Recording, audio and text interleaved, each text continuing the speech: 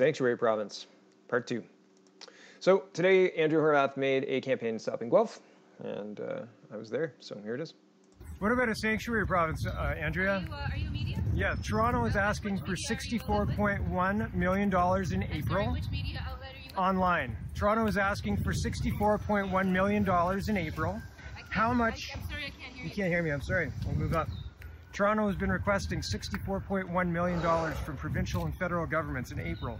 You have said, Sanctuary Provinces, in your platform, you've said your platform is costed. However, going through your platform, you have line items for racism training, for library passes, but nothing that says anything about Sanctuary Province. How can you say your platform is costed when we know there are lots of costs coming through and you don't have anything in your platform that you've released?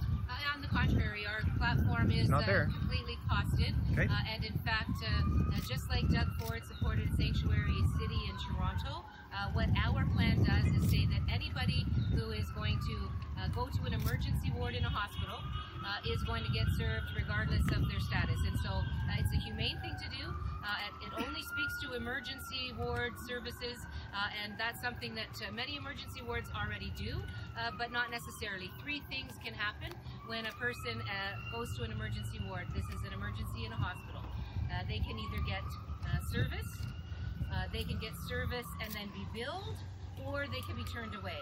And we think that the right thing to do, the Canadian values that we have, the Ontario values that we have, are such that if you're at an emergency ward and you're bleeding, or you're running 106 degrees temperature, or you brought in a child who's got whooping cough, you should be served regardless. So you're saying that this has no cost? You're saying this has no cost?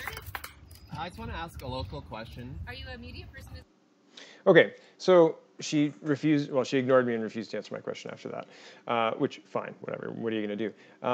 But she didn't answer the question. The question was, Toronto is requesting $64.1 million for sanctuary city-related costs. And what are you going to do about that? And how can you say that your platform is costed? Where is it? And here's a couple of things to back up what I'm saying. Here is the NDP's platform. I've gone through all of the additional spending. If they say this is costed, it's not in here. They've got room in here to talk about anti-racism fund to the tune of $5 million a year. So, that won't help all that much with the Sanctuary Province, but, you got to make sure you've got that anti-racism money coming in. Also, library passes, that's being funded, but no mention of Sanctuary Province, even though $64 million was requested in April. These people should be dealing with this as if it is a real situation, because it is a real situation. So, and here is the Toronto Star's editorial talking about, on the 22nd,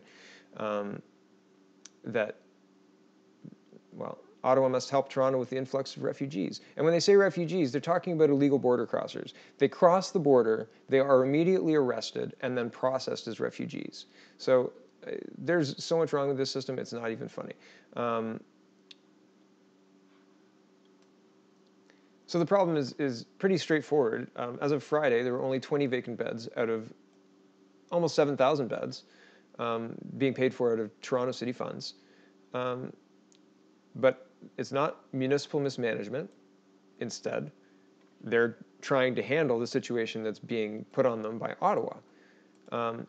And so at this point in time, 41% of Toronto's shelter population is illegal border crossers. What is going on? That's up from 11.2% in 2016.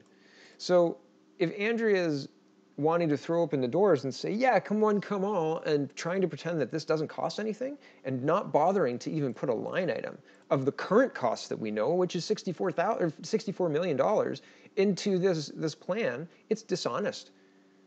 She wouldn't answer my question. She dodged the question and talked about her stump speech instead of answering directly. So take that and think about it. The vote's on Tuesday. Thursday. The vote is on Thursday, June 7th. So make up your mind. Get out and vote. Get out and vote.